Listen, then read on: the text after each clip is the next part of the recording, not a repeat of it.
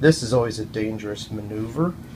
You go too shallow, and by the time the drill gets in, this part of the drill starts banging into the body and does damage.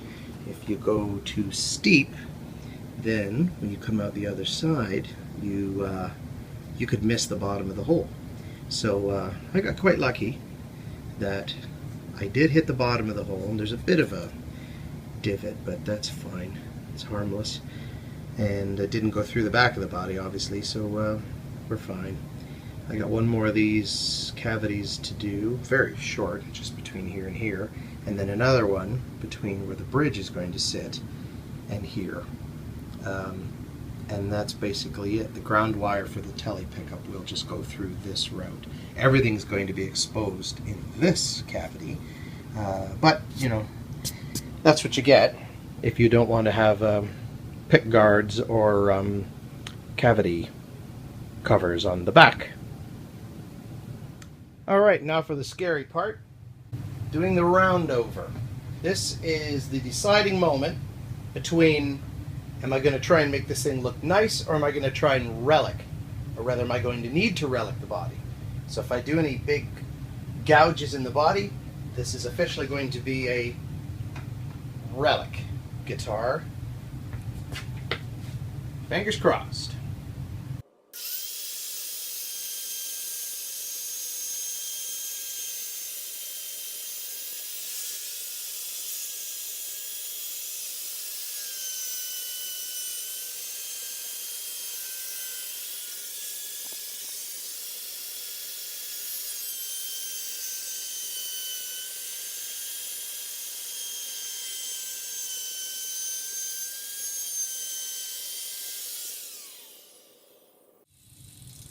Good. One of the important transitions is right here at the edge of where the neck pocket starts. Come on, focus, camera. Anyway, I'm going to sort of do those transitions by hand and not try and just buzz the router all the way around the corner, because a chip out at this stage would be rather irritating.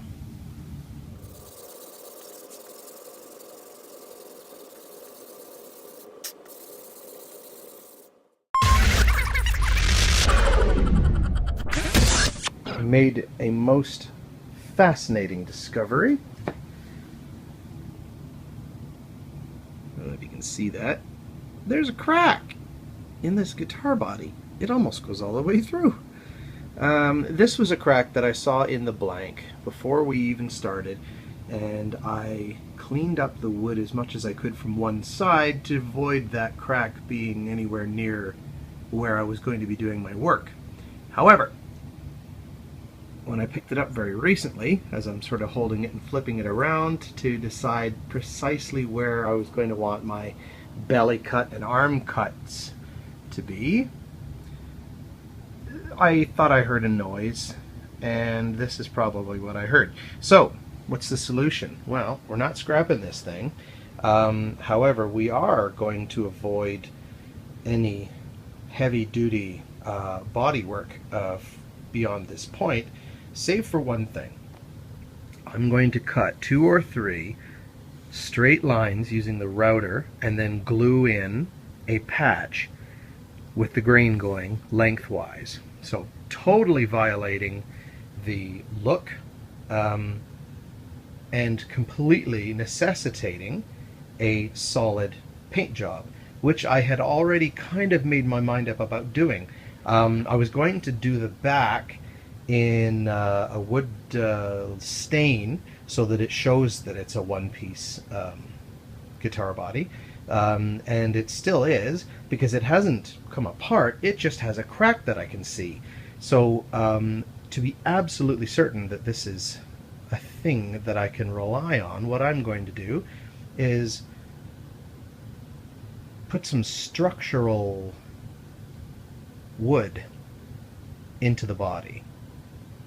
So let's see how that goes.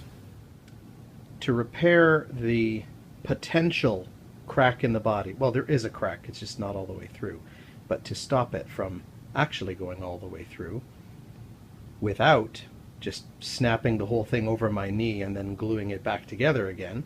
What I'm going to do is route these gouges and then glue these, which are basically spacers for my fences. They're going to be the perfect size for these holes, at least for width anyway. I'm going to do 4 of these along this crack and then glue the patches back in.